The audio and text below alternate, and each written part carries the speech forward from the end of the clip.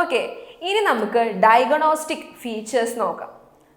Okay, നമുക്ക് ഹാർട്ടിലുണ്ടാകുന്ന ഒരുപാട് diseases ഉണ്ട്. അപ്പോൾ അബ്നോർമാലിറ്റീസ് ഒക്കെ ഉണ്ട്. അതിനെയൊക്കെ നമ്മൾ ഡയഗ്നോസ് ചെയ്യുന്നത് എന്തൊക്കെ ടെസ്റ്റുകളാണ് ചെയ്യേണ്ടതെന്ന് നമുക്കൊന്ന് നോക്കാം.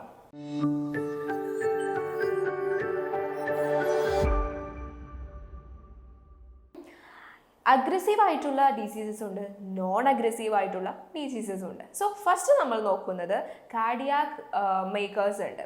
കാർഡിയാക് മേക്കേഴ്സ് എന്ന് വെച്ച് കഴിഞ്ഞാൽ അതിൻ്റെ അകത്ത് വരുന്നത് ക്രിയാറ്റിൻ കൈനേസസും അതുപോലെ തന്നെ മൈക്രോകാർഡിയൽ മസിൽസും ഉണ്ട്.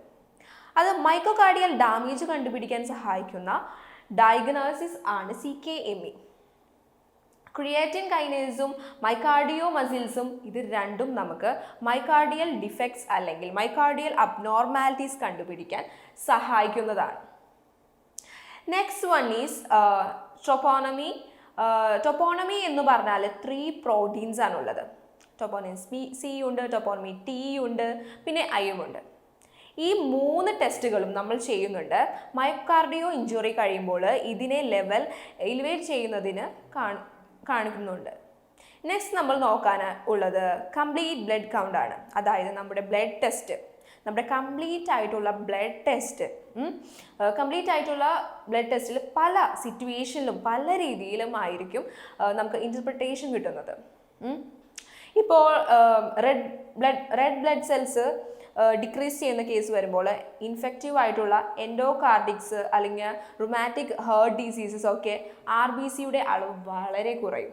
പക്ഷേ WBCയുടെ കേസ് നോക്കുകയാണെങ്കിൽ WBCയുടെ കൗണ്ട് കൂടുന്ന കേസിലാണ് ഇൻഫ്ലമേറ്ററി കണ്ടീഷൻസ് അതുപോലെ തന്നെ MI ഒക്കെ പോലത്തെ കണ്ടീഷൻസ് ഇങ്ങനെയുള്ള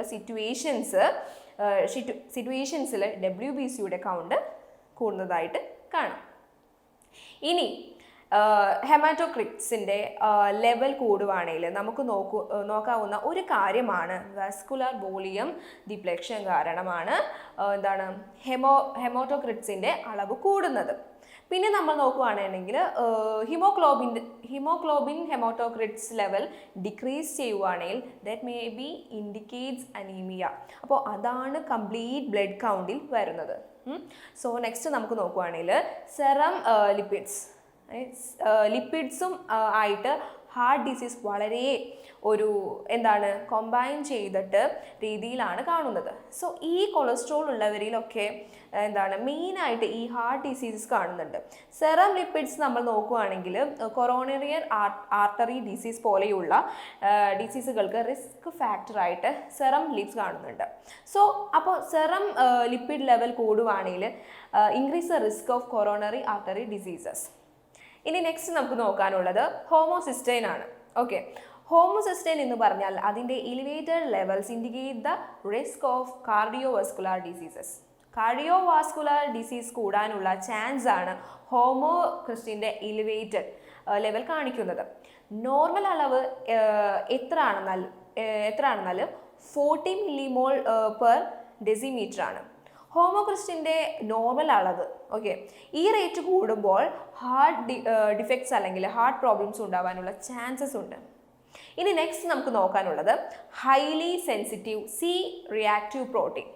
ഹൈലി സെൻസിറ്റീവ് റിയാക്റ്റീവ് പ്രോട്ടീൻ എന്ന് പറഞ്ഞാൽ ഇൻഫ്ലമേറ്ററി പ്രോസസ്സുകളൊക്കെ കണ്ടുപിടിക്കാൻ വേണ്ടിയിട്ട് ഹെൽപ്പ് ചെയ്യുന്ന ഒരു ടെസ്റ്റാണ് HCRP. Highly sensitive C reactive protein അതുപോലെ തന്നെ എൻഡോതെലിയം ഡിസ്ഇൻഫെക്ഷൻ കണ്ടുപിടിക്കാൻ വേണ്ടിയിട്ട് ഉപയോഗിക്കുന്നതാണ് മൈക്രോ ആൽബുമിനൂറിയ. നെക്സ്റ്റ് എന്താണ് മൈക്രോ ആൽബുമിനൂറിയ? അതായത് എൻഡോതെലിയം ഡിസ്ഇൻഫെക്ഷൻ സ്ട്രോക്ക് കണ്ടുപിടിക്കാൻ വേണ്ടി ഉപയോഗിക്കുന്നതാണ്. ഓക്കെ, അതായത് small amount of protein in urine. Next നമ്മൾ നോക്കുന്നത് ഇലക്ട്രോലൈറ്റ്സ് ആണ്. ഇലക്ട്രോലൈറ്റ്സ് വളരെ ഇമ്പോർട്ടൻ്റ് ആണ്. അതായത് കാർഡിയാക് കണ്ടീഷനിൽ ഇലക്ട്രോലൈറ്റ്സിൻ്റെ ഇംബാലൻസ് കൂടുതലായിട്ട് കാണുന്നുണ്ട്. ഫസ്റ്റ് നമ്മൾ നോക്കുന്നത് പൊട്ടാസ്യം ആണെങ്കിൽ ഹൈപ്പോകലാമിയ ആവാം, ഹൈപ്പർ കലാമിയ ആവാം. ഹൈപ്പോകലാമിയ ആണെങ്കിൽ that cause increased cardiac electric instability, ventricular dysrhythmia and increase the chance of digoxin toxicity. Okay, അപ്പോൾ ഹൈപ്പോകലാമിയയിൽ നമ്മൾ നോക്കുകയാണെങ്കിൽ ECG ഫ്ലാറ്റ് ആയിരിക്കും. അതുപോലെ തന്നെ ഇൻവേർഷൻ ഓഫ് T വേവ്സും കാണാറുണ്ട്. അതുപോലെ തന്നെ യു വേവിൻ്റെ അപ്പിയറൻസും എസ് ടി വേവിൻ്റെ ഡിപ്രഷനും കാണാറുണ്ട്. ഇതിലെ ഹൈപ്പർ കലാമിയയിൽ ആണെങ്കിലും ടോൾ ആൻഡ് പീക്ക് ആയിട്ടുള്ള ടി വേവ്സ് ആയിരിക്കും. അതുപോലെ തന്നെ QRS കോംപ്ലക്സ് വൈഡ് ആയിരിക്കും. പ്രൊലോങ്ഡ് ആയിട്ടുള്ള BR ഇൻ്റർവൽ കൂടുതലായിരിക്കും. അതുപോലെ തന്നെ ഫ്ലാറ്റ് ആയിട്ടുള്ള പി വേവ്സും ആയിരിക്കും. ഇത്രയുമാണ് ഹൈപ്പോകലാമിയയിലും ഹൈപ്പർ കലാമിയയിലും ECG ഇൻ്റർപ്രിട്ടേഷൻ. അത് മറന്നു പോകരുത്. ഓക്കെ, ഓർത്തിരിക്കണം. ഹൈപ്പോകലാമിയയിൽ നമ്മൾ നോക്കിയത് inversion of T waves, appearance of U waves. അതുപോലെ തന്നെ ST ഡിപ്രഷനും ഉണ്ട്. ഹൈപ്പർ കലാമിയയിലേക്ക് വരികയാണെങ്കിൽ ടി വേവിൻ്റെ ടോൾ ആൻഡ് പീക്ഡ് ആയിട്ടുള്ള ടി വേവ് ആയിരിക്കും.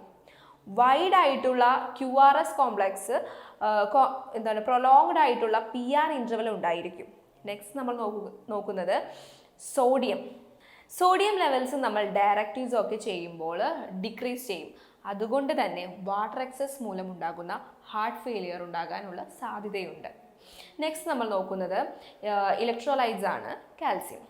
കാൽസ്യം വളരെ ഇമ്പോർട്ടൻ്റ് ആണ്. കാരണം കാൽഷ്യമീയയിൽ വെൻട്രക്കുലാർ ഡിസ്ട്രിതീമിയ, അതുപോലെ തന്നെ പ്രൊലോങ്ഡ് ആയിട്ടുള്ള SD വേവ്, കാർഡിയാക് അറസ്റ്റ് ഒക്കെ ഉണ്ടാകാനായിട്ട് സാധ്യതയുണ്ട്. നെക്സ്റ്റ് നമ്മൾ നോക്കുന്നത് ഹൈപ്പർ കാൽഷ്യമീയ ആണ്. കാൽസ്യത്തിൻ്റെ അളവ് കൂടുകയാണെങ്കിൽ it can go short and ST segment and wide ആയിട്ടുള്ള T wave, block, bradycardia, tachycardia and cardiac arrest. Hypocalcaemia ആണെങ്കിലും കാർഡിയാക് അറസ്റ്റ് ഉണ്ടാകാൻ സാധ്യതയുണ്ട്.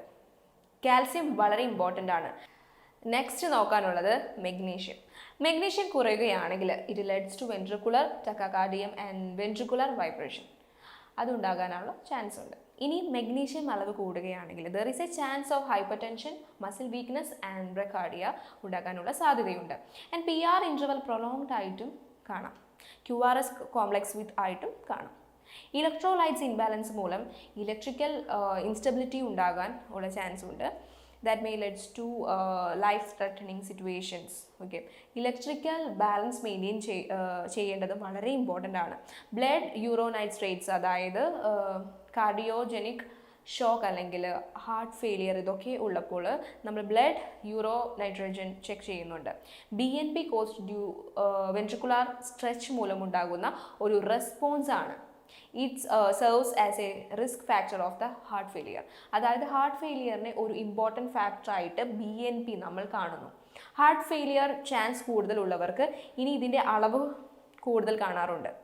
ഇനിയും ബേസിക് ആയിട്ടുള്ള ടെസ്റ്റുകൾ എന്തൊക്കെയാണ്? എക്സ്റേ, ECG ഒക്കെയാണ്. ഓക്കെ, ഇനിയും നമുക്ക് നോക്കാനുള്ളത് എക്സ്റേ ആണ്. ഹാർട്ട് ഇമേജ് നമുക്ക് നോക്കുന്നു. അതിൻ്റെ സ്ട്രക്ചർ, സൈസ് നോക്കിയിട്ടാണ്, പൊസിഷൻ നോക്കിയിട്ടാണ് നമ്മൾ എക്സ്റേ നോക്കുന്നത്. ECGയിൽ ആണെങ്കിൽ ഇലക്ട്രിക്കൽ ആക്ടിവിറ്റി കണ്ടീഷൻ എങ്ങനെയാണ് നോക്കിയിട്ടാണ് ഹെൽപ്പ് ചെയ്യുന്നത്. ഇതിൽ നമുക്ക് cardiac dysrhythmias, MI location, cardiac hypertrophy ഇതൊക്കെ കണ്ടുപിടിക്കാൻ ECG ഹെൽപ്പ് ചെയ്യുന്നു. നെക്സ്റ്റ് നോക്കാനുള്ളത് എക്കോ കാർഡിയോഗ്രഫി ആണ്. ഓക്കെ, ഇതും ECG പോലെയുള്ള ഒരു പ്രൊസീജിയറാണ്. ഇതിൽ structural and functional changes of heart ആണ് നോക്കുന്നത്. നെക്സ്റ്റ് സ്ട്രെസ് ടെസ്റ്റ് ആണ്. അതായത് ആക്ടിവിറ്റി ചെയ്യേണ്ടിയിരിക്കുമ്പോൾ ഉള്ള ഒരു ഹാർട്ടിൻ്റെ ഇലക്ട്രിക്കൽ സ്റ്റെബിലിറ്റി നോക്കുന്നു. അതാണ് ഈ ടെസ്റ്റ് വഴി. ഇത്രയും ഡയഗ്നോസിസ് പ്രൊസീജിയറാണ് ഇതിൽ വരുന്നത്.